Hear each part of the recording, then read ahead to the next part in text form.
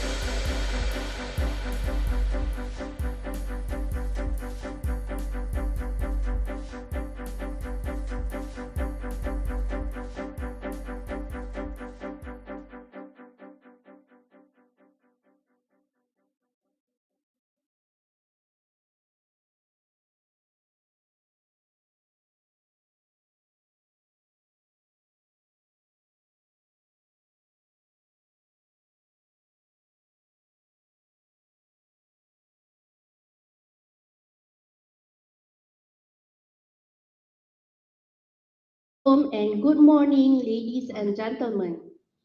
My name is Dr. Nurul Afika Nazira Mansoor, and I will be the MC for this opening ceremony event.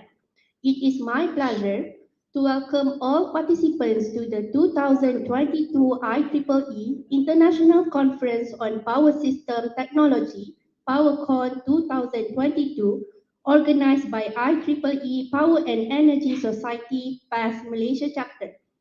For your information, this conference is held in hybrid mode where some of the local participants are joining us physically here at Pullman Hotel, Kuala Lumpur, while the remaining participants joining virtually through live streaming from IEEE PAS Malaysia YouTube and Facebook channel. On behalf of the organizing committee, I would like to express a very warm welcome to the President of IEEE PAS, Dr. Jessica Pian, for accepting our invitation to officiate this event. I would also like to welcome the Chair of IEEE PAS Malaysia Chapter, Professor Insinyur Dr. Hazli Mokhlis, who is also the General Chair of PowerCon 2022.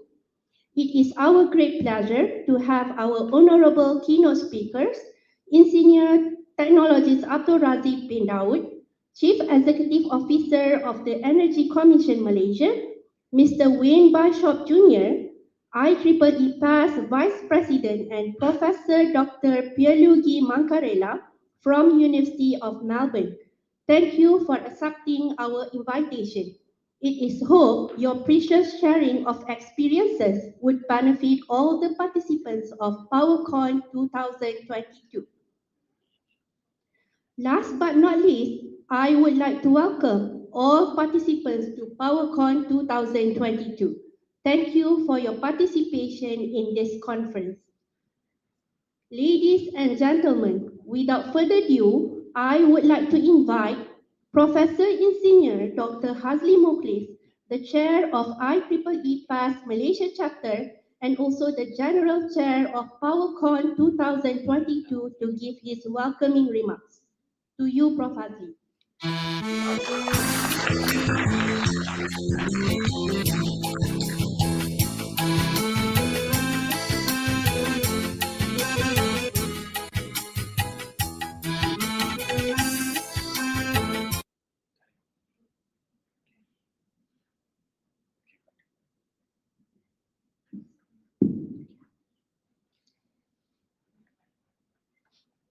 Bismillahirrahmanirrahim. Assalamualaikum and very good morning to everyone. I am pleased to welcome you to the IEEE International Conference on Power System Technology, PowerCon 2022. It is my great pleasure to extend a sincere welcome to our honorable guest, Dr. Jessica J. Bayan, IEEE Past President, Wayne Bishop Jr., IEEE PAS Vice President, keynote speakers, engineers, technologists Abdul Razif Daud, Chief Executive Officer, Energy Commission Malaysia, keynote speaker, Professor Dr. Pierluigi Mancarella from University of Melbourne, Australia, and PowerCon 2022 organizing committees, and all distinguished participants. Ladies and gentlemen, it is a great honor for IEEE Malaysia to be given the privilege to organize PowerCon 2022, which is a flagship IEEE PAS conference. This conference is also technically co-sponsored by China's Society for Electrical Engineering, CSEE. PowerCon has a long journey started back in 1998 in Beijing, China. This year's conference is the 13th series and the first time held in Malaysia. Ladies and gentlemen, the theme of this year's conference is embracing advanced technology in power and energy systems for sustainable development. We believe this theme is relevant to the current direction of the world towards Sustainable Development Goal, SDG, in particular SDG 7, which is affordable and clean energy. This conference features distinguished speakers that will speak on various interesting topics related to power and energy technology through 4 keynotes 2 forums, and 12 parallel sessions. For your information, in total, we received 173 papers from 36 countries, and only 99 high-quality papers were accepted for presentation in this conference. All the accepted and registered papers will be recommended to IEEE for publication in IEEE Digital Explore Library. Due to the COVID pandemic, unfortunately, some of the papers will be presented virtually to accommodate authors from certain countries that are unable to come for physical conference. Ladies and gentlemen, IEEE PES Malaysia always committed to organize activities to support the IEEE PES mission, which is to be the leading provider of scientific and engineering information on electrical power and energy for the betterment of society, and the preferred professional development source for our members. We have organized many activities in the past involving technical, educational, and community engagement. The activities can be found in our official website for those who are interested.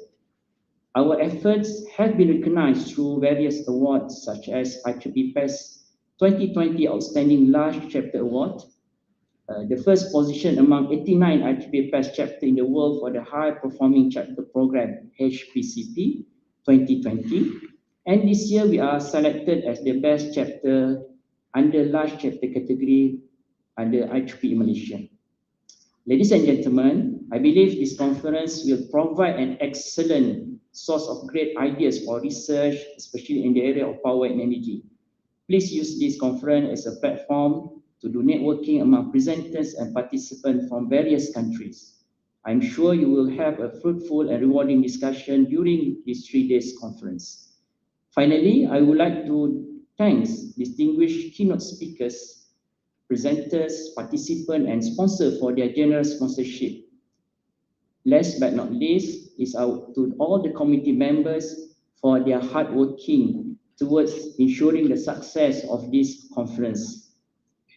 I hope you will enjoy this exciting conference despite the current COVID situation. Also, please do spend time to explore Kuala Lumpur. Thank you and have a great day. Assalamualaikum. Thank you, Professor Engineer Dr. Hazli Mukhlis, for the welcoming remarks. Ladies and gentlemen, now to kick off the opening ceremony event of Powercon 2022, I would like to invite the President of IEEE PAS, Dr. Jessica Pian, to convey her welcome address and subsequently officiate Powercon 2022.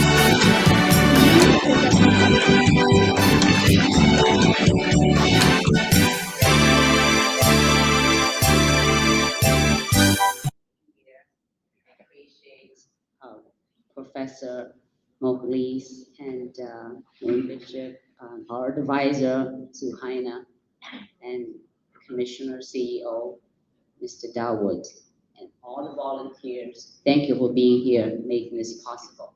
So now I'm officially announce 2022 IEEE PES Powercon officially opened and started.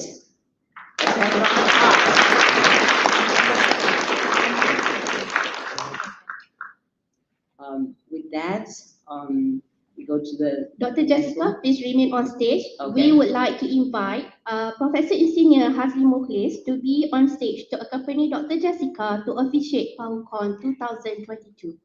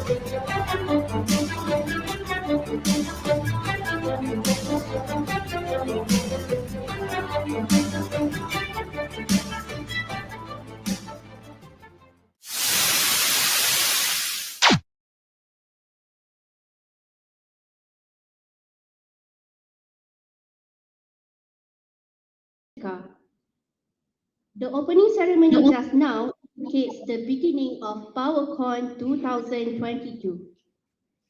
With that, Powercon 2022 is officially open. For the next session, I'll pass the session to Ms. Husnia as the next session MC to introduce the session moderator.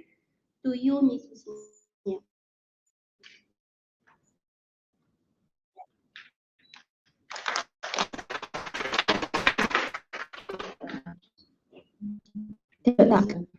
Ladies and gentlemen, Assalamualaikum warahmatullahi wabarakatuh and good morning. I bid to your excellencies, our invited speakers, distinguished presenter and participant. First of all, let me introduce myself. My name is Husnia and it is my pleasure to be your MC for PowerCon 2022. Without further ado, I would like to invite Professor Insinyur Dr. Zuhaina Zakaria to introduce our first keynote speaker for today. Please welcome Professor Insinyur Dr. Zuhaina Zakaria.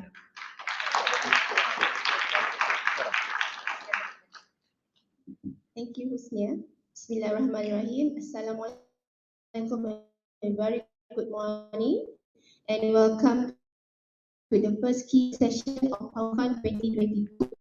Just now I heard a very sweet and short speech from Jessica, but let's just now properly introduce before her keynote speech. Dr. Jessica is the 2022-2023 PS President. She's a visionary leader and who has spearheaded the electric industry's and successful. She's currently with Grid Partners. Before that, she was with Federal Energy Regulatory Commission, Washington, D.C. And previously, she was the Director of Performance Analysis at the North American Electric Reliability Corporation, NERC, in Atlanta, Georgia. Under her leadership, a total of 18 industry-wide reliability indicators were established for the first time to determine grid reliability, adequacy, and associated risks. She is widely recognized as a pioneer and trusted world leader in the field. And before joining NERC, Jessica was with PJM, ERCOT, and also Westinghouse Electric. Dr. Jessica received her BSc degree from the Taiwan University of Technology, China, her master's degree from the Electric Power Research Institute, Beijing, and her PhD degree from the Tulane University, New Orleans, Louisiana. She has had more than 70 articles published, and she received the 2014 PS Wonder Reader Pioneer in Power Award for her technical achievements. But I guess this short CV does not give justice to Jessica's wide experiences. So to listen more, I would like to invite Dr. Jessica Bayan to the stage. Thank you very much.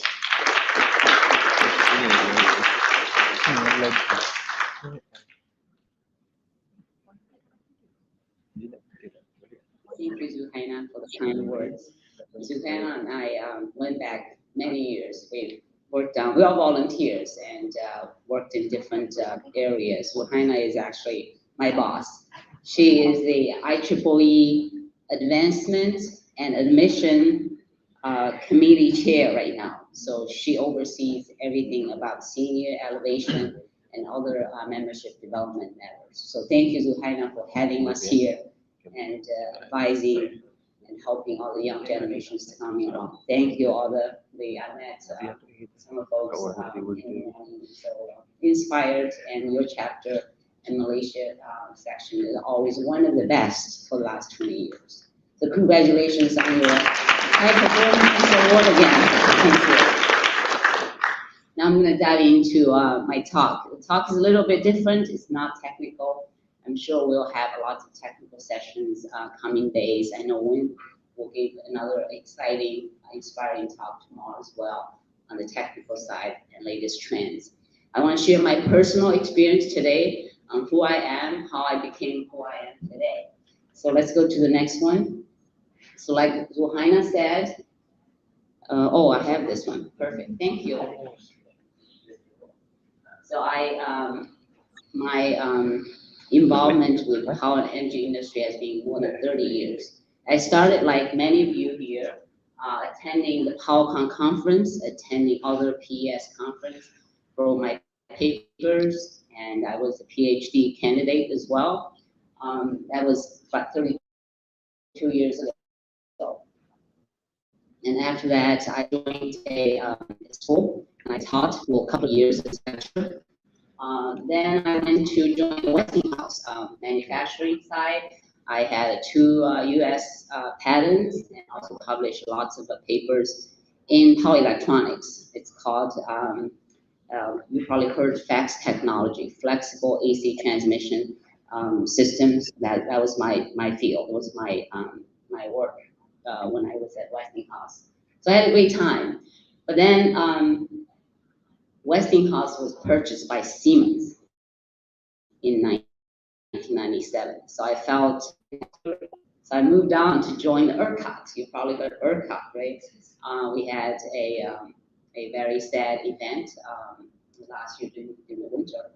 We lost 259 folks' lives in Texas because of coal freezing, because we didn't have enough power to support. So that was my ERCOT journey. Then when in 1996 through 1998, US had open access transmission. Probably heard that. Energy Commissioner CEO is here, open the market. So that was, I had this intense curiosity. I said, what is that, right? Maybe I can help. So, so after Siemens purchased Westinghouse, so I joined ERCOT to help them to do the transmission availability calculation called ATC, to make sure the transmission, no congestions. So I became operations engineer when I was at ERCOT. Now I worked in control room for about 6 and 7 years. And then through that, because my son had lost allergy in the southern part of the country, so we kind of moved on. The doctor said you probably want to move to the dry and colder environment. So I moved to PJM. So how many folks heard of PJM? Okay, so it's another grid system operator, and they also run wholesale market there as well. After that, I joined them in 2002. 2003, we had a huge blackout, right? We heard about August 14th. We lost 8% of the U.S. load, 8%. Yeah, that was huge. At that day, I was in the control room, down in the bunker. So yeah, all the screen went to dark because there's not enough data coming in. We couldn't run any of our applications, like state estimator, you name it, right? It's all went to dark. Our CEO came down, you can tell it was chaotic. So after that, the U.S. Congress said, enough, you guys, you cannot self-discipline yourself. We're gonna do some mandatory reliability standards. If you don't comply, we can put a fine for $1 million per day. Probably heard that, right? So, so the government asked the Federal Energy Regulatory Commission, or FERC, to come up with a reliability standard. So FERC designated NERC to be a reliability standards developer.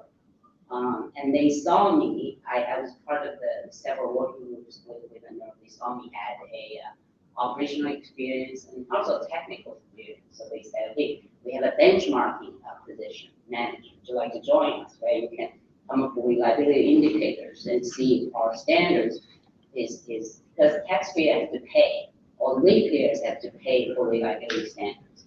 Each company, reliability company, they have to hire more people just to do compliance. So my job there is to measure if we have these standards, can we see reliability has been improving or been declining or has no change? So essentially measure the effectiveness of the reliability standards. That was my job. I was hired in 2007.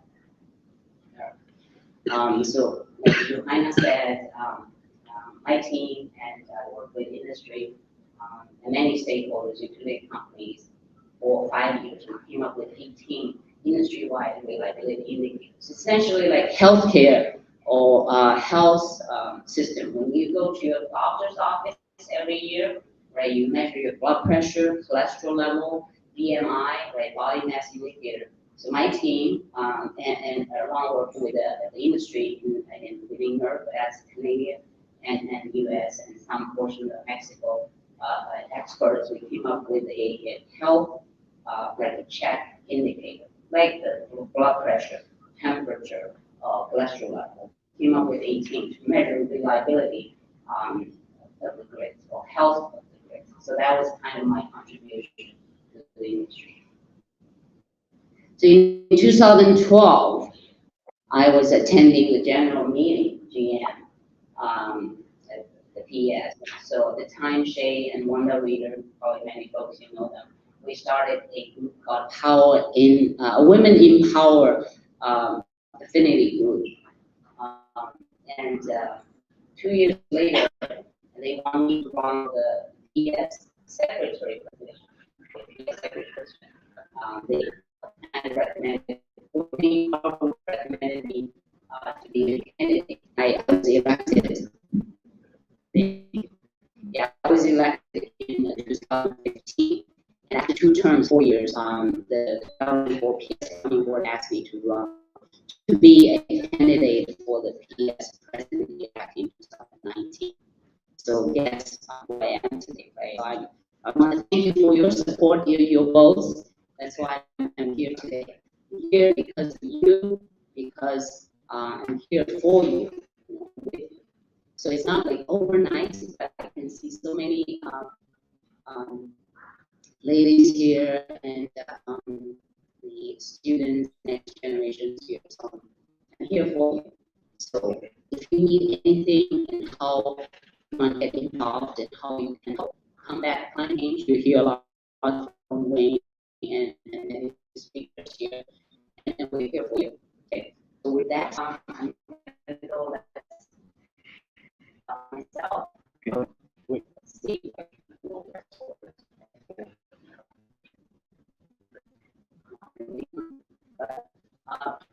I want to start with, so all my 30 years is not like overnight. It took many years to kind of evolve with it.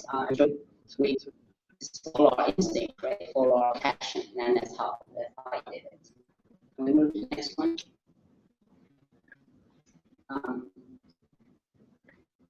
Excited.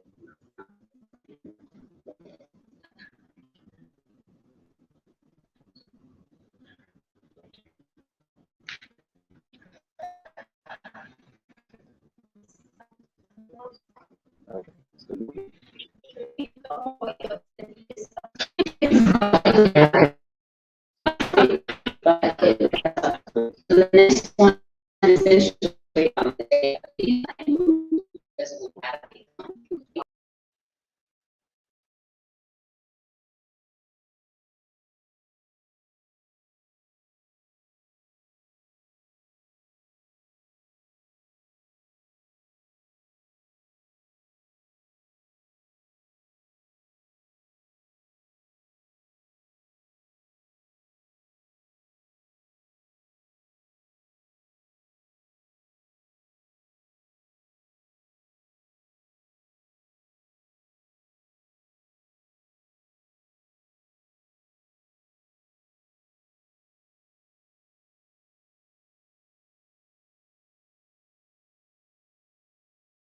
and help you to get who you want to become to. and this is how I did it. So that was my next slide. I want to see, and it's also based on the research. So you're here, you're in this professional home, and if you are author, and we have publications, and world-winning publications. If you're a regulator, like our CEO, Energy Commission here, and we're here for you as well. So I'm so glad you're here. In the US, they're politicians, or our commission, because I worked there for 6 years, so I know they work tirelessly every day because their appointment is 5 years. So whenever go back. So whenever there's a White House, there's a president change. Yeah, this is a slide that I was talking about earlier on. So we started with the air, food, and shelter, and then we go with protection, security, right? We want the law, we want to have security. After that, what do we want? It's very common. Like I said, this is based on the research from Dr. Maslow's psychology research. Then you have family, relationship, work group. This is what PES and IEEE. Of course, you have other groups, right? Your church and your other groups in your circle. This all help you find who you are and find where you want to belong to and your needs. Everyone want to be liked and loved. And this is what PES and your family, and like I said, I call, and IEEE president call, it's IEEE is our professional home. So I want to explain a little bit. So with that, you can, after that, you can, hey, we all want to have achievement, status, reputation, right? We also want to have a knowledge and beauty, self-growth, and help others. So here's your family home. We provide the love, relationship, and all the food and shelter. And the PES and IEEE can help you to get achievement, reputation, knowledge, of course, and then personal growth and help others. And all the volunteers, again, I want to thank you. You're already here. This is the highest the human needs.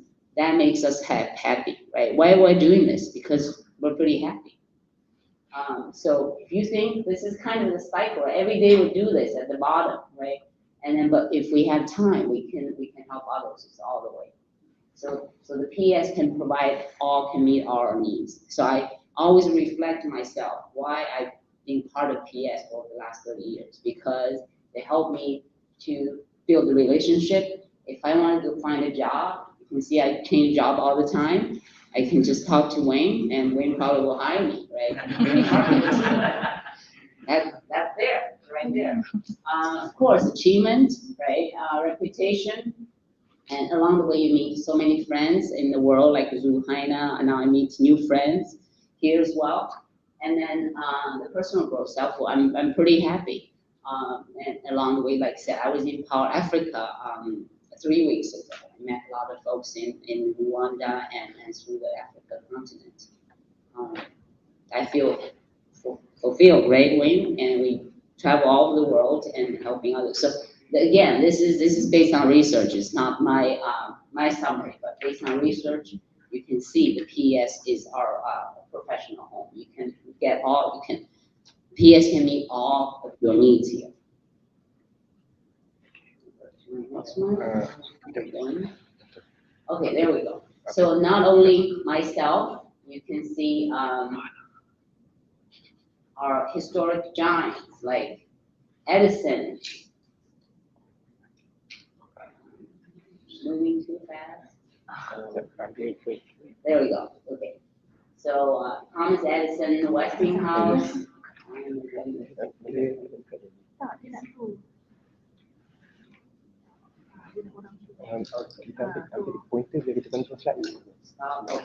There's a Thomas Edison.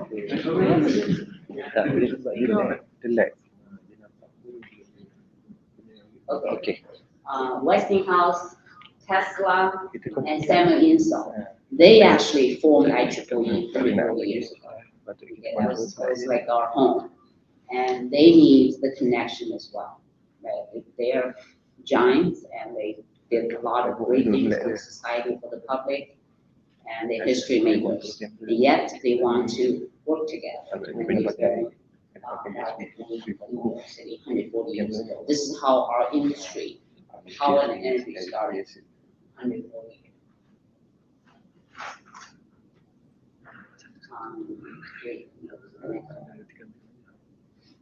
All right, so this is what IEEE today. It evolves like our human history. We evolve as well. The PS is among, there are 39 societies. PS is second largest society. The mission is like our chapter chair said, is to be the leading provider of scientific engineering information. So the way I see it, I was at a commissioner's office. Our commissioners, mostly they are lawyers. So I'm glad our commissioner here is an engineer. So that's excellent, right? So, because I taught, I worked as an engineer, I worked with economists, we had 100 staffers. Out of that, about 600 lawyers, including 5 commissioners. Yes, about 300 to 400 economists, only 100 engineers. Okay? Yeah, about 200 accountants, and plus the statisticians, and there's some analysts. But you can tell engineers, we help the commissioners, politicians, or lawyers make sense of the numbers, the technology side. We provide independent assessment, tell them, oh, can we use energy storage, right? We can still make affordable electricity to all the ratepayers. So the technology dollar, so I can talk to lawyers because I work with the lawyers for 6 years. I know how they're thinking, and I can work with economists because they play with the dollar signs, right? We play, engineers like me, we play with the equations, numbers, but they play with the words. Lawyers play with the words, and economists play with the dollar signs. But with all three together, ratepayer will benefit, right? Because they don't want to pay more. There's equity, energy equity, justice there, and affordability. And we also want to make sure that latest technology get into the policy. And also, we want to make sure that everything the policy that comes out follow the kickoff's law, right? They have to follow some engineering law. So that's how the engineer plays a part. So it's fascinating to me. It's a perfect marriage between economists, lawyers, and engineers. So so that's what PES IEEE does. They provide independent technical assessment. Next one, please. Moving through this one. So so on the another one I wanted to get on touch is that PES has 42,000 members across the globe. The governing board, the policy, how we want society, what's the long-term strategic plan, and how do we lead, what are the rules everybody has to follow, and it's called governing board. Governing board, we have about 22 governing board members. I'm proud to say 7 are governing board members are ladies, female members. The first time this year in PS history, the president and president-elect are both female engineers. How about that? First time in 140 years. So I see a lot of ladies MCs here, and the future is all yours. Of course, we welcome all the gentlemen as well. So there's a bright future. Just think about it. We have Women in Power tomorrow, right? Session. Welcome all to enjoy it, to join us. Just think about it. I'm thinking my grandma, right? She didn't even get an education. My mom was an engineer. But think about your daughter, your granddaughter. The World Economic Forum, they publish a report every year. It says on average, worldwide, it will take another 250 years to get equal everything, equal pay, equal rights for women, to have equal everything in 250 years. It's a journey. So we'll be there. We'll get there, right? So I want to thank Wayne, everybody's support, like I said, for your support and your confidence, and make the society always history making. And we always said why we should be a #1 society in IEEE. I agree, right? So we're gonna get there. That's our governing board. It's very a great teamwork. Always, we're doing a lot of good things together. So, like I said, we're in Region 10. There's the red dots in Malaysia. So, Malaysia section and chapter is always one of the best, including PES, IEEE, like I said. So we'll have more on that tomorrow. Next one, please. So, like I said, we have all kinds of human needs within our community, financial community. In PES, more than 60% members from industry. Okay, there we go. So why you can see 45% IEEE standards, the global standards created by PES. That tells you why we have 60%, more than 60% industry members. If you look at some of the top downloads within IEEE, and the first one you see is harmonic control electric power system. The number 2 is a substation grounding. Those are safety, reliability must standard, and IEEE create them. Those are number 1, number 2 downloads within IEEE. So if you're participating in the standards process, thank you for your contribution. This is huge. This is a worldwide the standards. Like I work for commission. If we can have a volunteer come up with the standards, and the commissioner will be great. So let's adopt that standards. We don't have to do anything, because industry will automatically, voluntarily follow these standards. How cool is that? There's no cost to the ratepayers. Right? There's no additional headcounts I need at the commissioner level. It's not mandatory, and it's voluntary, follow standards. So this is how IEEE and PES helping, and this is how we meet the industry and society's needs. So if your industry, please join the standards community. Next one, please. Okay. So I'm trying to say, okay, where are you, right? You can find your home here, your professional home here. For industry leaders, if you're consultant or if you're a manufacturer, and we have 21 technical committees, and like I said, more than 45% standards created by PES. The technical committee covers storage, cybersecurity, ERs, you name it, EVs, energy efficiency, and all that. You can find your home right there. Next one. Okay. Now this is Wayne's favorite slides.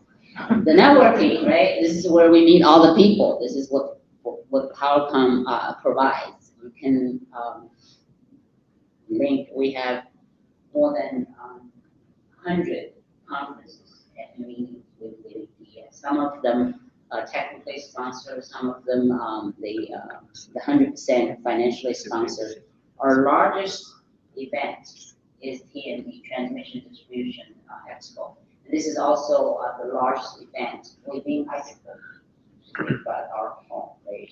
Second largest, and we have Transmission and Distribution Expo. The one we had this year was in New Orleans. We had more than 10,000. 10,450 people. Yeah, 10,450 people in New Orleans this past spring.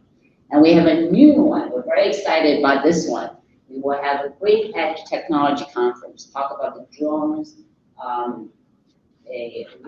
robots, and AI, data and analytics, sensors, and we'll see the Oracle, we'll have a Microsoft, we're hoping to get Amazon and Google's, all of them. This is where we call Great Edge. They all coming in, try to helping us, right? Try to combat climate change. How do we transition from who we are, from the system we built 140 years ago, to next level, which will be climate friendly, clean, and probably fancy. Right? And right now it doesn't look good with towers and everything. How do we move to the next level? So we create this conference. Thank you, Wayne, for all your and the team, your hard work on this. And it will be in San Diego next year. So hopefully you had a chance. We also wanted to see if we make some of the conference hybrid as well. So you can dial in and participate. Next one. Okay, here's the networking, and the next one. I think the next one is publication. So if you're students, professors, or even industry researchers, this is for you. We have award-winning publications. We have the best, like, if you think about the science and nature, right, in the science community, this is our science and nature, power and energy community. We have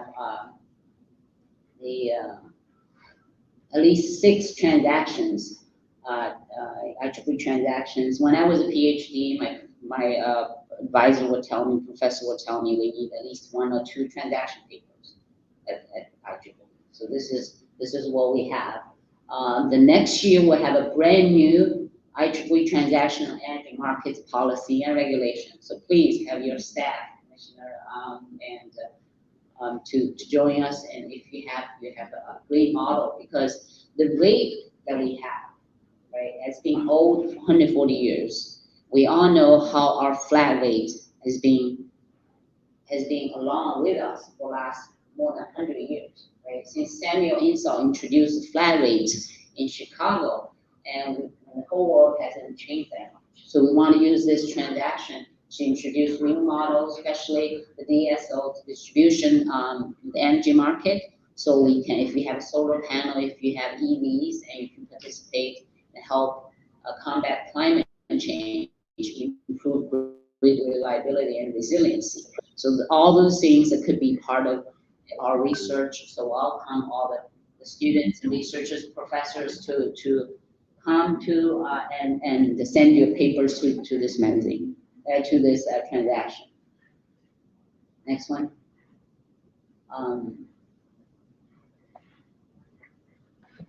So if, like I said, if you want to stay relevant, we did a survey why you want to be a part of the PES IEEE.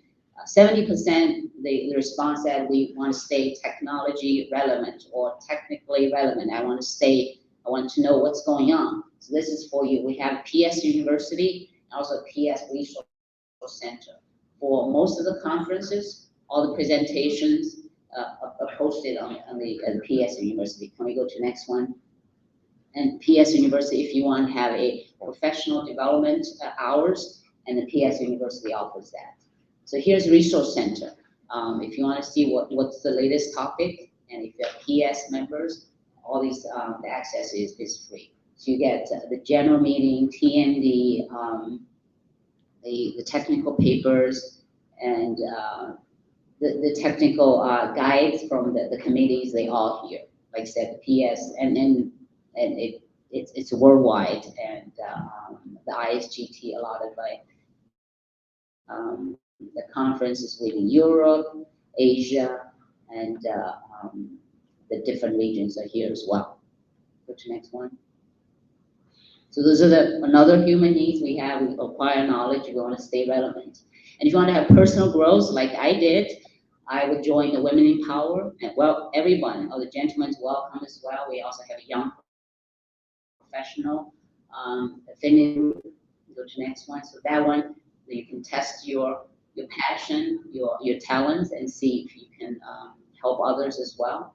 And on the technical side, collaboration, teamwork, we collaborate with other IEEE societies. We have smart grid and smart city programs. Go to the next one. And there's some PS management program. How many of you have heard Smart Village? The IEEE Smart Village program. Okay, 2 there. Okay, Smart Village is very popular in different parts of the region 10 as well. So this is one that's been running for the last 15 years. And it actually inspired a lot of young entrepreneurs and students to join. So let us know if you need more information on that. We'll go to the next one. A lot of new startup companies in Africa, and they rely on the Smart Village. For recognition, we're all humans, right? We want to be liked, loved. And we have the program for that as well. called PS Award Program. There we have annual gala. We also have outstanding scholarship for master graduate students. How many master graduate students here? Anybody? Okay. All right. PhD students? Okay. All right. Okay. Good. All right. Can we go to the next one? So besides that, we have a dead specific program for undergraduate students and master's students. So for the undergraduate, we have a scholarship program, 3-year scholarship. And for the master students, we have outstanding student scholarship. It's up to, actually it's not up to, it's $10,000 each year for the master PS graduate students. And it's available worldwide. And this is our 3rd year. So if you have interest, wanted to know about it, each region we have a winner. So this is a great opportunity to have your work be recognized by your professors. Only your professor or the folks in your committee, you cannot self-nominate yourself, but your professor can nominate you. And it's the most prestige award within power and energy. Go to the next one. Students, we have this.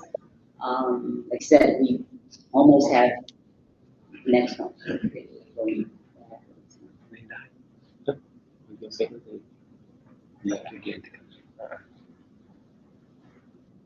All right. Okay, so here's another. You can see we have lots of things for students. And this one we have the first brand new competition working with MathWorks, and to have a competition to look at the modeling and for the new resources, energy storage, needs, and all that together. So we have lots of detail on the website. Please participate. Okay, next one. I think it's for students as well. I guess, like I said, the future is all yours. Go to the next one. Is a mentorship program. So I'm proud to be a mentor and mentee for this program as well. I felt every time I be part of this mentoring session, the students will always bring the best out of me. So they are my critic. They demand what we do, and they try to change the course of everything we do.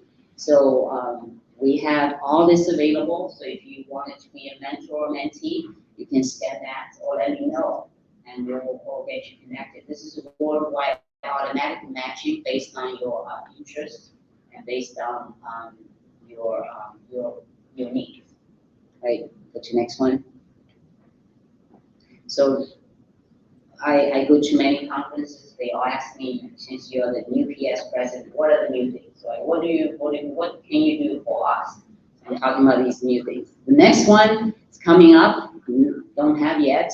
So I'm trying to work with a student activity committee. Is trying to set up a platform so all the students or the young professionals, if they want to find an opening job or internship or how they can go to these conferences, what are the opportunities, we'll have a virtual platform. They can chat, they can connect with the companies. If the company can post their openings and internship opportunities on that website, so we kind of connect them together. We have a workforce crisis right now for our industry. This is worldwide. It's not just in USA or UK or any other developed countries. We have lots of needs. I heard even in Malaysia as well. So this is something we try to help industry's needs set up so that the companies can directly talk to students and young professionals. We need more data scientists, not just traditional engineers, or environmental scientists. They need to come, mathematicians, they need to help us to build a better grid so that we can provide clean, better, nice looking grid. Go to the next one. So this is coming up besides the mentorship program. Okay, next one, please. Okay, this again for students. Okay, we have a imminent climate change issues across the globe. I'd like to welcome. We have created a position for PS climate change initiative programs, and we're also working with other IEEE communities and try to come up with solutions, help young generations coming to find practical solutions on that. Which next one?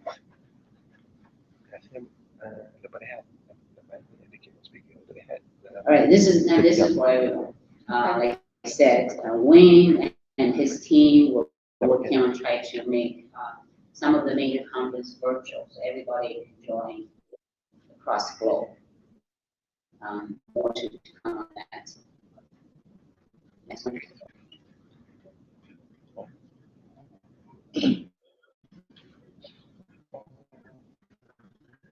All right. Close to the end.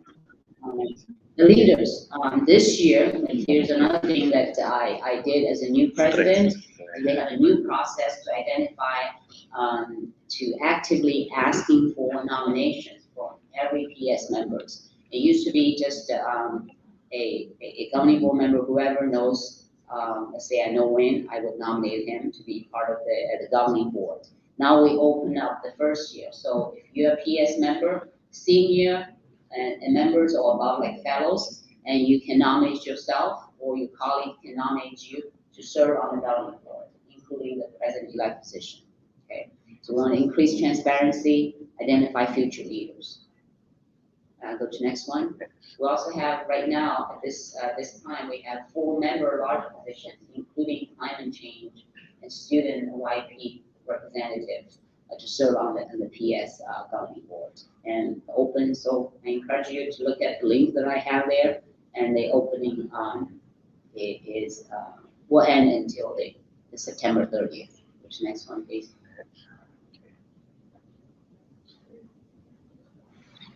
Again, this is kind of my final slide. Why are we doing all that? Because we need to solve social challenges that we have, right? We have a grid which is affordable, reliable, and safe. For the last 140 years, we built a safe, reliable, affordable grid. Now we face other challenges, and like this. So we have to do more and get all the young folks involved and move from there. Go to the next one. And Wayne, I know that you're going to touch more on that. So how do I do it? A lot of folks ask me, what do you see like next 50 years? What the world would look like, what the grid would look like. My answer would be always invent yourself. Okay, we move to the next one. I like what Alan Key says. I often wish that I could see 50 years ahead. To me, the best way to predict the future is be part of it. To involve with PS, to involve with your community, right, and help. I know Zuhaila had her daughter to get into the power energy field. All these things you can help us to get us to the next level and to be part of it. Okay, I think that's the next one. To end my presentation. So you have time for Thank you, questions? Jessica. Maybe we can have 1 or 2 questions from the audience. Yes, please. Can we have a mic for?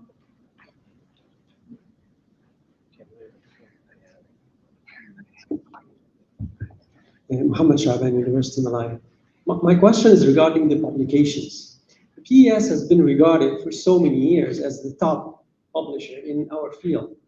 And previously we used to know professors very highly regarded, like Fred Schwebe, Charles Concordia, and many of them. They had significant contribution to the science and to the profession. And if you look at what they did, probably 50 or 60 papers, but they made significant contributions. Now we see IEEE fellows with 400, 500 papers, and we don't really see what is their contribution. Their names appears like exponentially. And of course, there is a publication problem, as we all know. And PS had a practice before which is the general meeting or the summer meeting and the winter meeting. Right. And everyone used to present the paper. So people would put a name to a face and would see what is the contribution, see the guy physically. Now you see fellows promoted and you don't even see them. And actually, many of them are reluctant in some cases to be appearing in conferences. So how are you going to do it to combat this? And in particular, the dubious international collaboration networks. It became like a network where they publish papers, put names, sourcing funds from different countries to pay for the open access fees. And how are you going? What I'm trying to say here, that's a problem. But we had a good thing, which is the summer meeting, winter meeting. People were presenting themselves, and people know them and would question them. Is there a process where the selection of fellows, for example, be from the public? And in particular, now we have the things which we learned from the COVID period. So can be used for them to do presentation for the community. So we know who they are, what is the contribution they do. Yeah, great suggestions, and thank you for the questions. I'm going to go to the presentation, and Wayne is here, and please I know you probably have other suggestions, and talk to Wayne offline so we can address more. This is the perfect timing after COVID, how we can improve. Okay? For the fellows, yes, it's dear to my heart. We've been working with IEEE fellow committee and the IEEE board for the last 15 years and try to address it. IEEE is a big family, has 420,000 members, so PS is only a small part of it. So it takes years to change some processes. But we are almost close to the finishing line. The board actually formed a task force 3 years ago. They're trying to change the current process, not just look at citations and papers, and they want to, like you said, look at their contributions and make it public so we know who they are. And in PS, we have lots of industry members who are disadvantaged because we don't have any papers in the other societies. So we're in the process of changing it. You'll be the first one to know. So after you get your card, we get connected. PS board actually a very strong letter to ask for the change. But again, we have 50 members at IEEE, so we need to get the votes that we need so we can make a meaningful change. So thank you. It's close to my heart. It's one of the things I want to finish. We cannot change the IEEE process, but PS will do more on that. So we just formed the PSO nomination committee in July. So this is where we want to get all names and looking at their contributions and making it visible. So it's not just paper citations. That helps. Question. I think due to of time, I'm afraid that we can continue the discussion during the break. So I would like to thank you again, for your talk. I think as a conclusion, yes, it is okay. It is already for young leaders, for students, for those who want to enhance your technical knowledge or to grow yourself individually. So again, round of applause to Jessica.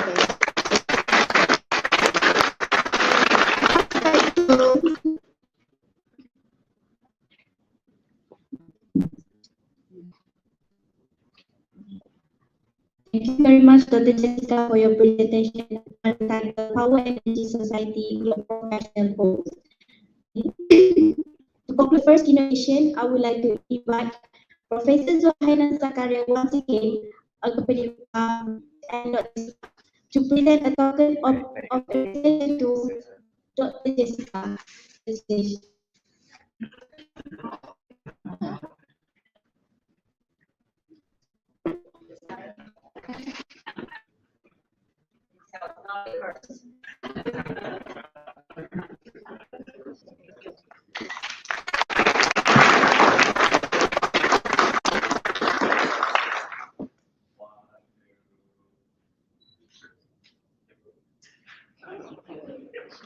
Thank you, Dr. Jessica and Professor Senior Dr. Zuhaina Zakaria.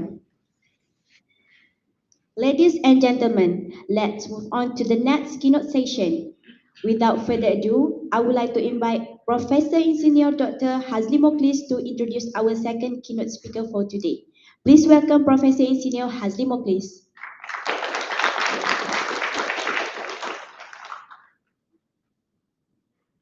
Okay, Assalamualaikum and good morning again. Alright, I would like to introduce IR Technologist Abdul Razib Daud for our second keynote speakers. Mr. Abdul Razib Daud graduated with a BTech National Diploma in Engineering in 1991 from the Coventry Technical College, followed by an electrical engineering degree from the University of Warwick, United Kingdom in 1994. He was then awarded his Master of Science in Power Electronic Engineering from the University of Manitoba in Canada in 1996. Mr. Abdul Razib started his early career with Tenaga Nasional Berhad Engineers and has more than 20 years of professional experience, having worked for both Malaysian and Australian National Power Utilities Independent Power Producer, TNSP, and as a consultant for renewable energy. During this career highlight, he had held many roles such as construction engineers, project manager, technical advisor, system planning engineers, and a power system study specialist. From October 2012 to August 2017, he was the head of electricity market operation with the Energy Commission before assigned by the Prime Minister Department for the Chief Executive Officer of Malaysia Nuclear Power Corporation from 2017 to 2018. On 9 April 2018, Abdul Razib Daud was appointed as the Chief Operating Officer COO of the Energy Commission. On 2nd April 2019, he was appointed as the Acting Chief Executive Officer responsible for the overall administrative and management of the function of the Energy Commission. Mr. Abdul Razib Daud was appointed the new Chief Executive Officer of the Energy Commission effective 1st August 2019. So with that lot of experience, I'm sure we'll learn a lot from him. So let's welcome Mr. Razib for the keynote speaker.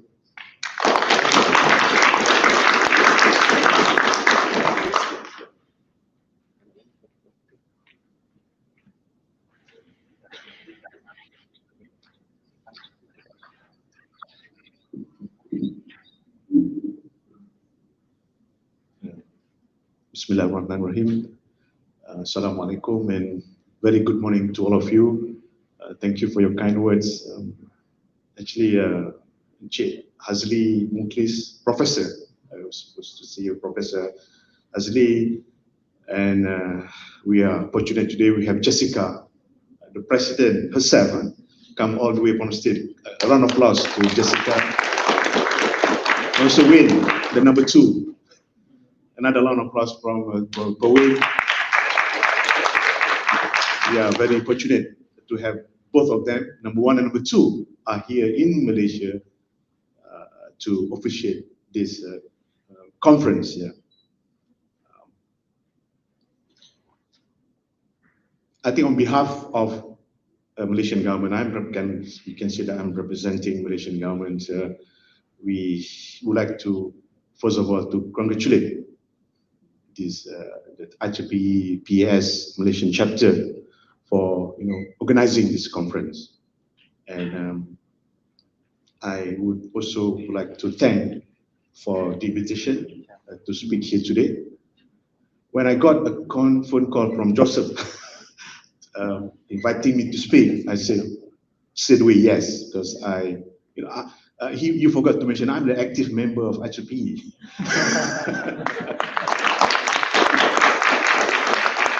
And the first society that I choose is PS.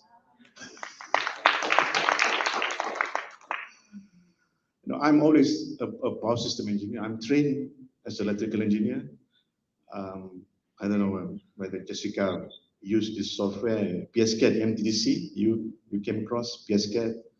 I was, one of the help desk, behind the desk, helping answer all those questions on how to model flex devices on this inverter, and, running the transient simulation and so on. The Manitoba is the place the PSCAT was born, this transient EMTP, and they converted into PSCAT user interface. Yeah, I know the late Dennis Woodford, Canadian engineer. He wrote those papers. I'm not sure in IEEE, this algorithm how to use EMTP in PSCAT. I think PSCAT is still a popular tool, yeah, EMTC. And also RTDS was also born back. We have this in Pembina Highway. Back then was 1996. I attended the first summer conference. You mentioned summer IEEE conference in Denver. My supervisor took me along because otherwise I wouldn't get my master's degree. Interesting. I still love inverter. I don't know. Maybe I lost a track of the latest inverter. My thesis was multi-pass transformer. We try many technique to get smooth sine wave out of inverter. So I end up using a bit of traditional way of synthesizing this DC into AC with a multi-phase transformer instead of a fancy firing of thyristor inverter with PWM and so on. Oh, I love to talk about engineering, but now I'm the CEO of the Energy Commission. We are regulated not only electricity as well as gas. We regulate both technical as well as economics, tariff. You mentioned rate. We have a lot of lawyers as well, economists, yeah, but majority are in Energy Commission are engineers. Yeah. So I choose this topic because I thought I want to be engineer today, more engineer. Of course, economy is important, talking about rate and so on.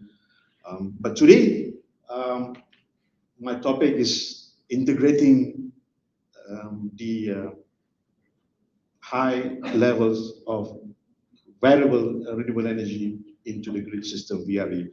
I think a couple of edition of PES, we talk about, VRE, how to integrate in this modern grid. Distinguished guests, ladies and gentlemen,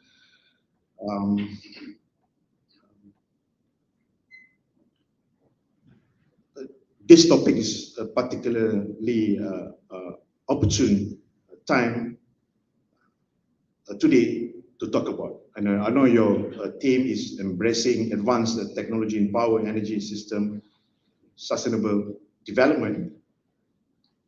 So this is my share of a contribution today is on the topic of integrating high levels of VRE into the grid system.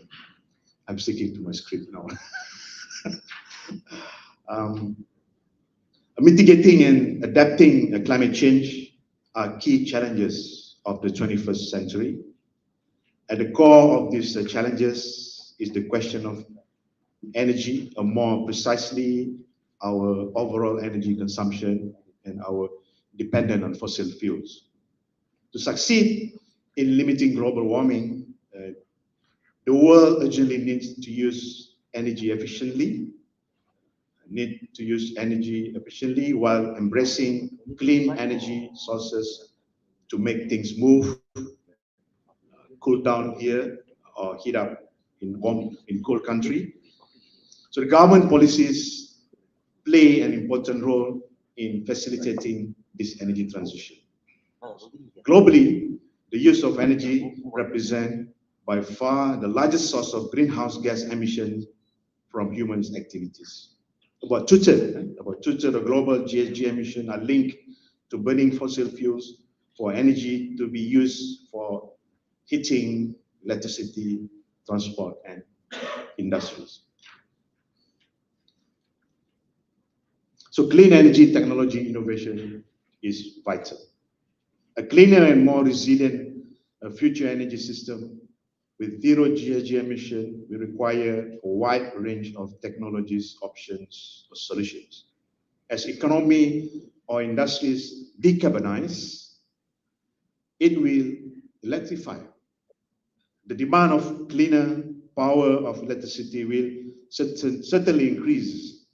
This will add pressure to power sector, which not only has to meet the increasing demand, but has to be, as Jessica mentioned, reliable, resilient, and cleaner. This is why advanced technology and innovation is so important. I believe that is why we are here today for this conference to discuss the challenges and offer our solutions to it. I can't stress more the importance of power system. We basically in the middle of these challenges. If we want to achieve our net zero GHG target, we have to provide those solutions. So today I want to share what we have done in Malaysia. Next slide, please. Yeah, thank you. Government of Malaysia is really committed to achieve net zero GHG by 2050. Last year, the Honorable Prime Minister released this 12th Malaysian Plan and announced net zero GHG by 2050. The government will no longer build new coal-fired power plant, and soon, I think in next week, soon government of Malaysia will present a very comprehensive national energy policy. So government also looking at carbon pricing and other carbon reduction measures among consideration for the low carbon development strategies by the end of this year. So decarbonization and green growth based on new technologies are at the heart of our continuous action to propel our direction of effort in the coming years toward a greater climate ambition. Malaysia has revised upward. Recently, we have new target to achieve our power or electricity mix by 2025, percentage from 20 to 31%. So by 2025, we want to achieve 31% of power mix from renewable energy. And beyond that, by 2035, we want to achieve 40% of our power mix in our Malaysia Renewable Energy Roadmap. Next slide, please. In terms of integrating a cleaner and sustainable technology, there are basically 4 prime approaches. Next slide, please.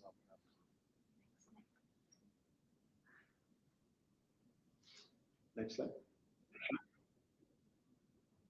Yeah, so this is the main theme of my keynote today. In terms of integrating cleaner and sustainable technology, there are basically 4 prime approaches or initiatives being carried out in our grid here in Malaysia. As you can see that we are systematically increase level of VRE penetration. We are replacing conventional generators with more efficient technologies. We're not going to build more new coal power plant. We will let the existing coal power plant retire, what we call a phase down approach. And be leveraging in interconnection capacities. Our grid is well interconnected with our neighbor in Singapore and our northern neighbor of Thailand. We are modernizing grid to improve flexibility. Next slide, please. So the current solar penetration at solar peak hours. Yeah. So the first approach is rapidly but systematically increasing the level of RE penetration, especially through the introduction of some other jurisdiction called utility scale. Here we call large scale solar plants, as well as distributed behind the meters PV installation in few tranches. As of today, our grid connected large-scale solar figures stand at almost 1 gigawatt and growing, with planned commencement of the third 100 megawatt solar plant, photovoltaic plant this week. As that will cross 1 gigawatt solar capacity directly connected to the grid, whilst another 1.2 gigawatt in operation at distribution level. So we have more than 2 gigawatt capacity of solar photovoltaic in our grid at the moment. So the current solar profile helps to peak shift the weekdays load profile, where the maximum demand for the days is usually recorded in the afternoon. We are lucky because the peak of the solar occurs at the same time at the peak of our demand because of the cooling. I'm not sure the temperature in this room today, but our advice to keep the temperature at 24 degrees Celsius. Wayne is shivering. I don't know. It could be less than 24, but I will let the hotel know that. Actually, our policy to get the 24 degrees Celsius in every room in this country. Maybe because our tariff is too cheap. Time to increase the tariff. Anyway, don't quote me on that. You see that we are lucky, unlike maybe California. So our peak of solar hours occurs the same peak of our demand because mainly of the AC, air conditioning. So next slide, please. So next slide. So this is the peak from the months of January 2020 until July 2022. So as we are commissioning more and more solar, either big scale solar or distributed solar or rooftop solar photovoltaic, so you see that the peak of megawatt also increasing, and as well as the energy. Next slide, please. Energy from solar, which is megawatt hours. Yeah, it increasing by the month as we putting all the solar online onto the grid. Next slide, please. So based on the recent studies assessment by our grid system operator that focuses on power system analysis for high VRE penetration, the current grid system will be able to cater up to 6,000 megawatt of VRE penetration without reaching system stability. Let me try to explain. We are still in the green zone. We are, still comfortable with more VRE penetration into the grids. So as we are approaching the yellow zone, so we have to think of the measures mitigation for us to comfortably operate all this VRE into the grid. I'm not talking about the mitigating devices yet, but as we speak now, we are okay, we are healthy, up to 6 gigawatt capacity of VRE into our system without breaching the system stability. Next slide, please.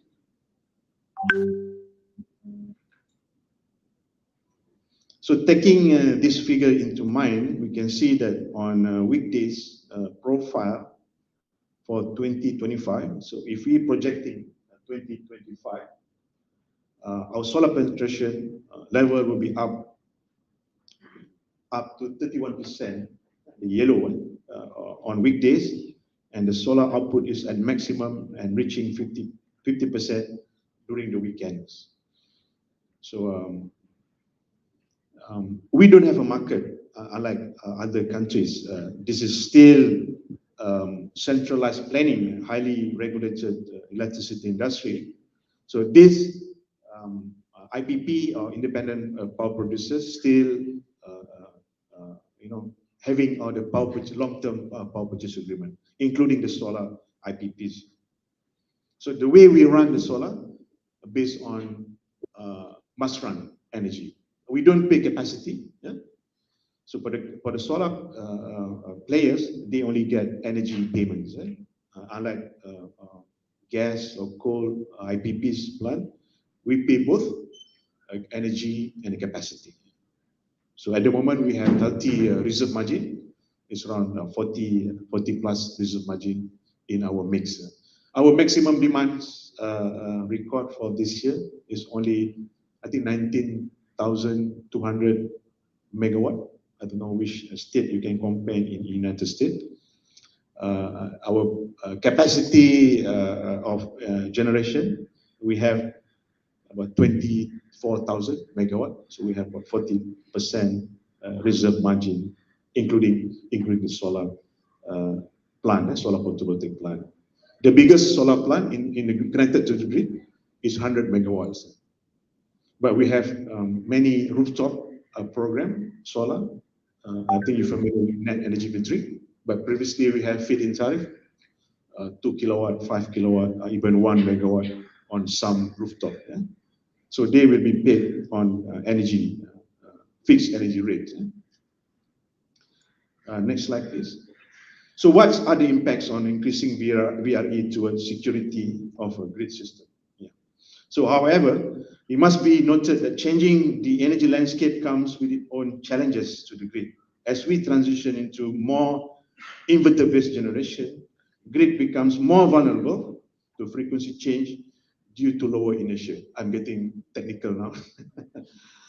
Doubling down on reducing conventional thermal generators could also lead to inability to fulfill evening peak demand based on RAM rate required for dispatch adequacy. I'm talking about Malaysian grid system because our peak demand still occurs in the afternoon.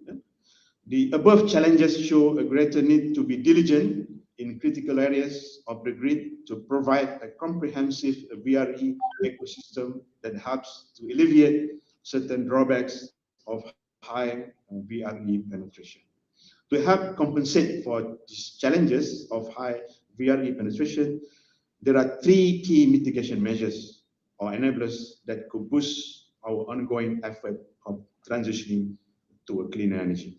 We can't say no to solar photovoltaic, but we must provide mitigation solution. First is via solar curtailment. This is the last thing that we'll do, curtailment, that helps to avoid shutting down conventional generators that are required for evening peak. Another form of enabler will be integrating battery energy storage system, BESS, that can alleviate solar intermittency as well as reducing net load ramping requirement for evening peak by changing excess solar output into BESS into the battery during peak solar hours and discharge into the grid during later part of the day. This is what is called, we want to make more and more solar photovoltaic into dispatchable plant. Yeah? So the third form of enabler will be demand response, where load will be curtailed to ensure sufficient megawatt ramping from conventional generating units to meet the next load. All the above mentioned 3 enablers or 3 solutions are paramount to our efforts in systematically increasing the level of RE penetration that could further reduce our carbon footprint. We often been misunderstood, Wings and Jessica, when we talk about these challenges. People with, especially the solar industry, we try to prevent this penetration. No, we are modernizing our grid. We are getting ready, greening the grids to make sure, it's very tough to make sure the grids are always reliable and always resilient. So, and this is what I always mention in my speeches and my keynotes and my engagement with the solar players, we have to make sure we don't curtail your output. So in order not to curtail the output, the grid has to be ready, has to be a seamless transition when we accepting more and more VRE into the system. Of course, at the moment, the cost of battery storage is still not cheap, I would say. So again, we can see the trend of this energy prices of energy storage costs keep declining. So we must get ready. So we are planning to embark on a big one pilot project next year, big size for grid connected solar, battery energy storage system to test, to learn from this technology while we are still okay with the kind of VRE penetration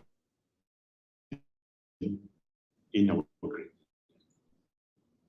Yes. Yeah. As we shifting the peak from afternoon into evening, so these are our challenges.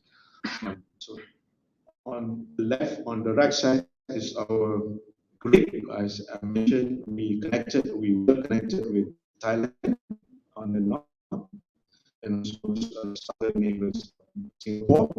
We have Sweden with Thailand. We have AC with Singapore. And then we have our Asia. Next slide, please. So the second approach is by gradually replacing all the conventional thermal generators with the latest class of high efficiency. We have, I think, at least three, the latest GE class H of gas turbine, high performance, lowest emission gas turbine in the industry. We started the supercritical coal plant in this region, now followed by our neighbors, Thailand and Indonesia and Vietnam. So this new generation of gas turbine could provide the necessary operational flexibility and grid support services to facilitate the integration of VRE into the grid, as well as providing the option for mixed firing of natural gas with future clean hydrogen and possibly also incorporating a direct carbon capture storage in the future. We are talking with a Japanese company to co-fire our coal plant with ammonia. That's we reduce CO2 emission from that coal plant. Next slide, please. As I mentioned, interconnection with neighboring countries. This is the third approach, is to co-develop and increase the grid-to-grid interconnection capacities with neighboring countries to promote economic sharing of reserve and to facilitate cross-border transfers of green energy. At the same time, the interconnection will also reinforce the robustness, reliability, and resiliency of the combined grid, for example, through the increase in combined inertia. Next slide, please. So the fourth approach, next slide, is to further modernize the grid, not only in terms of technology adoption, but also in terms of improving existing operational processes, technical operating standards, as well as the regulatory and governance framework. Next slide, please. Modernizing the grid or grid flexibility. We have a hydro plant. We are building, I think, more 300 megawatts hydro plant, and I think it will be in my speech. Upgrade solar forecasting and improve flexibility from gas-fired power plant and strong interconnection. And you can also show next slide, please. So we have to provide a new ecosystem to support high VRE. So these are the solutions. this one of the synthetic inertia can be provided by inverter-based technology, and dynamic equipment rating, and so on. I mentioned demand response management, optimal redispatch, cross-border exchange, and so on. Next slide, please.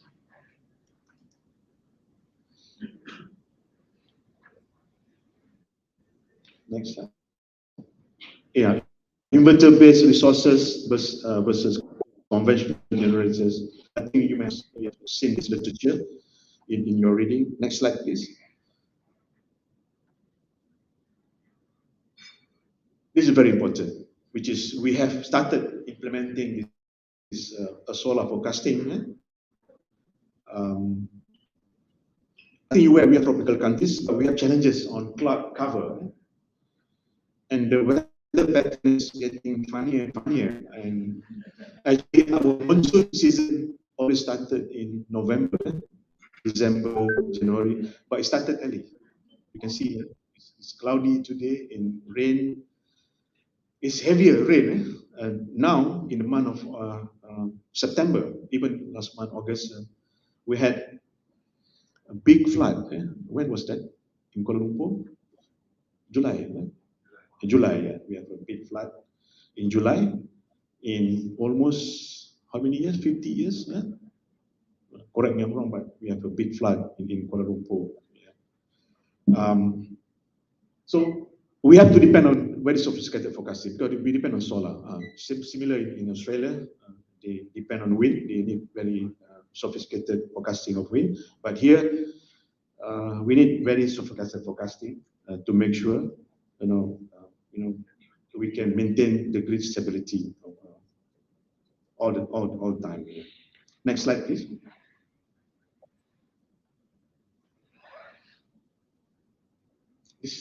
Next slide. This is what we call wide area monitoring, protection, or control, on in short, WAMPAC. So technology-wise, some of the recent development are in increasing the visibility and control of VRE resources, especially for utility or large-scale solar plant, through direct telemetry via SCADA, improving the short-term solar forecasting capabilities through machine learning to facilitate management of regulation reserve and optimal dispatching of conventional generators. I mentioned that before, and the implementation of this WAMS, wide area monitoring system, to achieve high definition, real-time situational awareness of the dynamics and transient behavior of the grid system through widespread installation of a synchro phaser or a PMU. Right? The WAMS, together with Special Protection Scheme, SPS, are basically the precursor to having a fully automated wide area monitoring, protection, automation, and control, or WAMPAC, in the future. Right? Next slide, please. Main application of WAMPAC is to act as the widespread wide area cascading blackout prevention and self-healing mechanism, as ambition or foreseen by many grid operators worldwide in relation to their smart grid and grid of the future aspirations. In addition, it can also carry out autonomous operation to improve and optimize the operating state of the grid. We do not yet have a full-blown WAMPAC system in our grid system, but hopefully someday we will all do that. And what better way to do so than by having close collaboration globally between all the brilliant minds in the power industry and education sectors working toward making this project a reality.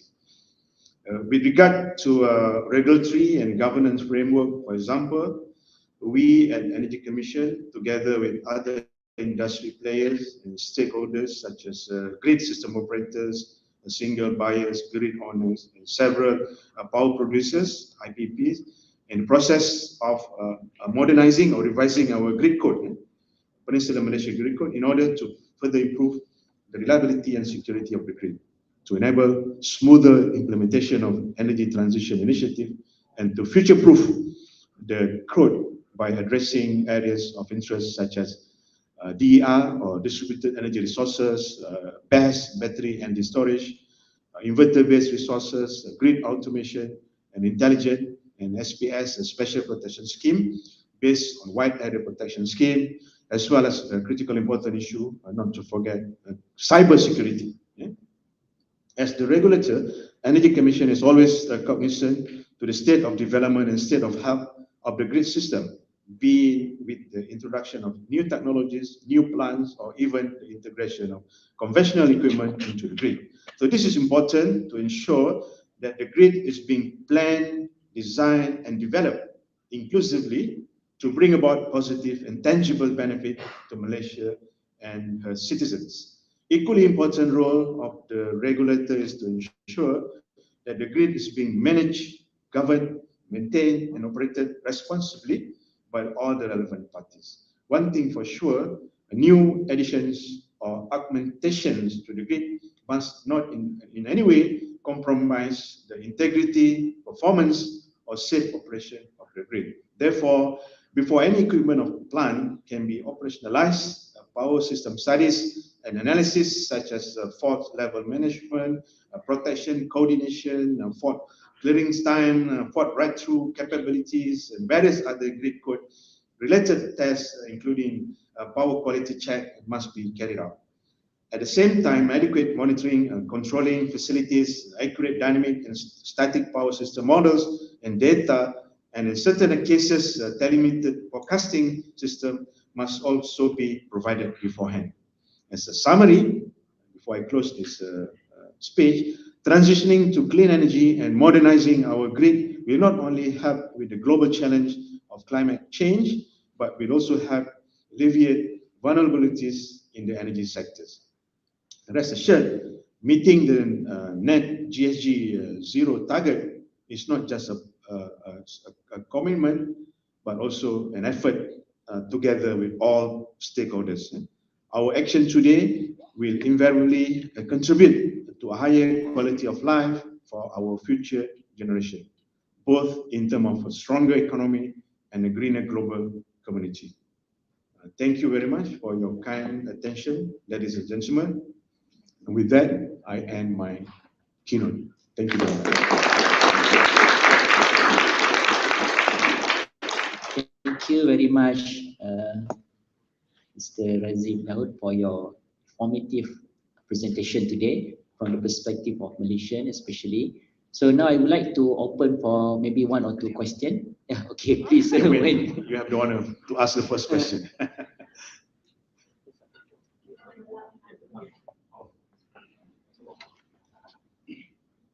I'm okay for two questions. Thank you so much for that inspiring presentation. Much appreciated. It's so refreshing to hear from a CEO that is an engineer. I wish the rest of the world would follow Malaysia in that regard. So my name is Wayne Bishop. I'm from Quanta Technology. That's my day job. But as mentioned earlier, I'm a volunteer with IEEE PES. I really enjoyed your explanation of how you're deploying solar throughout Malaysia.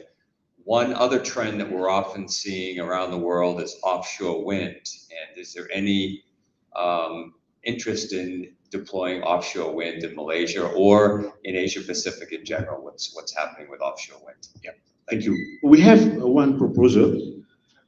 I mean, because we are at the equator, we don't have this high pressure, low pressure. We don't have enough wind speed for onshore, but possible offshore. We have one proposal. You know, Malaysia is just a small peninsula. We have one of the peninsula facing the South China Sea. So those are the potential of offshore wind. We have many oil and gas platform activities. I'm sure, according to the studies, we have enough speed for the offshore windmill or wind farm, but it may take longer kilometers or mile to reach here. I don't have the numbers, but it's still feasible. It's still feasible. But we have other part of Malaysia, north of Borneo. You know, you've been to Sabah and Sarawak, part of Borneo, Brunei, and so on. One part of the Borneo, we have a viable wind speed to reach about 3 meters per second, 3-4 meters per second, yeah, onshore. Yeah. But other than that, in Thailand, of course, you heard about Thailand, Myanmar. I'm not sure about Vietnam too. They have resources, wind resources. They have built not far from Bangkok. They have built. I'm not sure, maybe 15. I'm not sure the size of megawatt. Vietnam have potential. Myanmar, they have wind resources in those countries. But of course, offshore, they have also too resources offshore. I know that the price of offshore turbine have decreased, and so much that they can. Oh no, now everyone can beat the price of gas, natural gas and coal. Yeah. That's. I hope I answer your question. Wayne. Thank you. Another question, please. Okay, there are two. Yeah, a gentleman at the back. Yeah. I think you raised your hand first. Yeah. Thank you. I'm Dr. Raju Pogaku. Along with my colleague, Dr. Roshan, we are from NEOM, Saudi Arabia. You might have heard this futuristic city. Our aim is to build a 100% renewable energy-based system from start. For our start means 2030. You are an engineer and now wearing a regulatory hat. That's why I was going to ask you. So what are the efforts you are putting in place to encourage the industry to invest in renewables while protecting the consumers? From the regulatory perspective, what are your challenges and what are your offers to the industry? Thank you. We just want to learn from you. Yeah. That keeps me awake, midnight. You heard about trilemma? Jessica mentioned, security, affordability, and sustainability. Or some other people mentioned security, equitability, energy equity, as well as environmental sustainability. Yeah. Balancing those three objectives. Those objectives can compete each other. I don't know. Maybe I can. The current issue of Europe natural gas. I'm sympathize with Europeans of the natural gas. I suspect, the push, there could be a delay on sustainability because the issue of Europe now is security, energy security.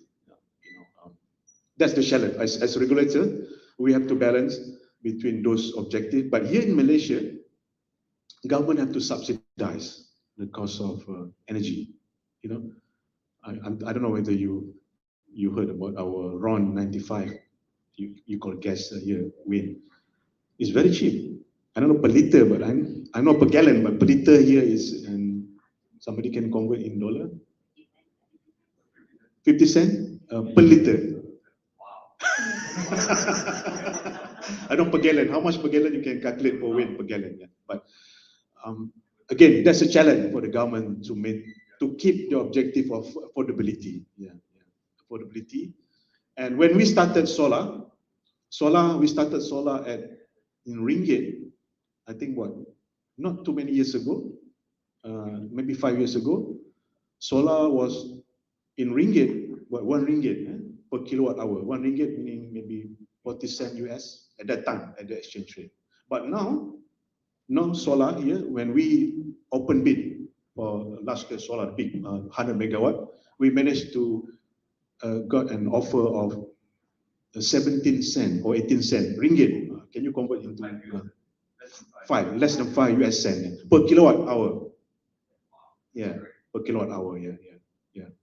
So I don't know if last time people talking about grid parity, but now they have reached a grid parity. Yeah. But the challenge is whether the grid is ready or not. Jessica rightly mentioned whether we have to modernize the grid. Now we designed this. I remember what was the book? The power system book by Stevenson. Yeah. The power system Stevenson. We look at the swing equation, so and so forth. But no more. Now talking about inverter based and so on, less inertia and so on. Yeah. That's my keynote actually. Yeah. How to. The challenge is how to accept, how to receive more this VRE. In Australia, you call non-dispatchable, this VRE into the system. Yeah. So the challenge is because we are lucky because we have enough capacity to receive this VRE to certain level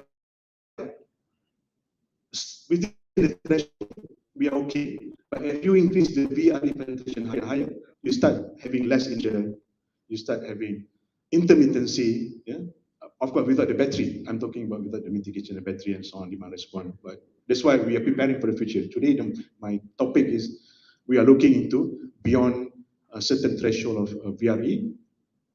We have biomass and biogas here, but limited. People are buying our biomass, Japan and some other countries, for the co-firing of coal power plant. But we have biogas, but biogas is very limited. We also have waste to energy incineration plant from waste. So again, go back to your question. The challenge is maintaining this affordability and security, and as well as moving toward net zero GHG by 2050. But of course, we have to move. But it's managing the transition, managing the change. We don't want to disrupt because without electricity, everything will collapse. Especially my children, without electricity, no Wi-Fi, no internet. That's all they care. No internet. So we need energy and decarbonizing. And that's another challenge for us. When people start decarbonizing the cement plant or this cheap microprocessor plant and so on, they have to turn into electricity rather than burning coal or burning coke. So the demand will increase, as in my speech, the demand will increase. So they want green energy, they want clean energy. And we have to move, we have to shift from traditional Stevenson book into this, the intermittency of all these challenges. All heavy in our shoulders, demand, we have to keep system reliable. Less inertia, very light inverter-based power system. Yeah, with all the forecasting, we have to forecast the sun, we have to forecast the wind, and I don't know about the battery, but we are hoping the game changes in the battery. I know Jessica, correct me, I'm wrong. The game changes if you can store the energy. Yeah, it's fantastic. Wait, if you can store the energy, then you can dispatch. At the moment, all our solar agreement, all must run. Whenever they have energy, we pay them every kilowatt hour 20 cents and so on. But we cannot curtail them. That's their main income. If we were to curtail them, they don't have income. Yeah. So we encourage them to put up solar, rooftop solar and so on. So they will get dispatch all the time. Yeah. So the challenge is to maintain security, again, stability, security, and affordability, whether the rate payer or the customer afford to pay, and achieving the target of 2050 of a GHG. Here we call it GHG net zero because we have other gas as well, other than carbon. Yeah? We have methane and so on. Maybe Saudi also you have a methane and gas and so on. We also monitor the methane and so on. Of course, we have rainforest. We have carbon sink as well in this country. I hope I answer your question. Yeah. As regulator, a government policy makers a point of view here, maintaining the transition to make sure everything goes as smoothly as planned, as intended. Okay, thank you, Mr. Razi, for very informative explanation to the participant. However, due to the time constraint, we need to end the session, but please remain in your stage. Okay, so let's give a round of applause to Mr. Razi.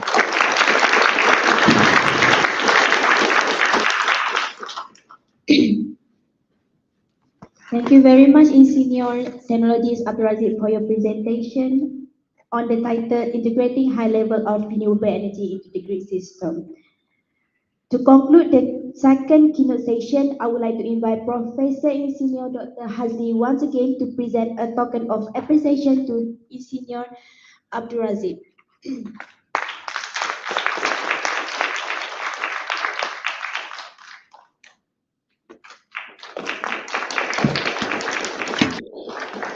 Thank you, Engineer Technologist Abdul Razak and Professor Engineer Dr. Hazi Moklis. Excellencies, distinguished guests, ladies and gentlemen, this is the end of the keynote session for today. Thankful to all speakers, guests, and participants that has participated in this ceremony. We will have a photo session after this and a coffee break. We will come back at 10 after 10 past 11 for the parallel session of the conference at the dedicated room. Participants can scan the QR code at the registration counter to check the conference program. Thank you. Scan for the photo session. Yes.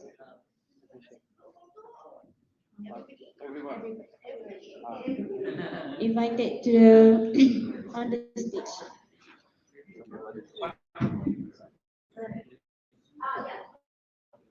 Nak ni ke? Dah. Dah okey ke? Okay. The participant are seated. You can move forward so that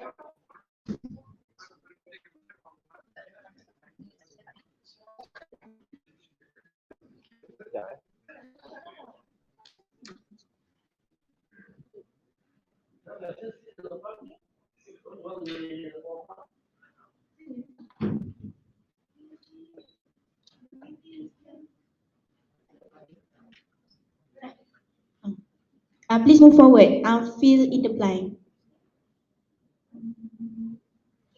Okay. Like one, two. Smile. Okay, another one. Okay, 1, 2, 3. Freestyle. Freestyle. 1, 2, 3.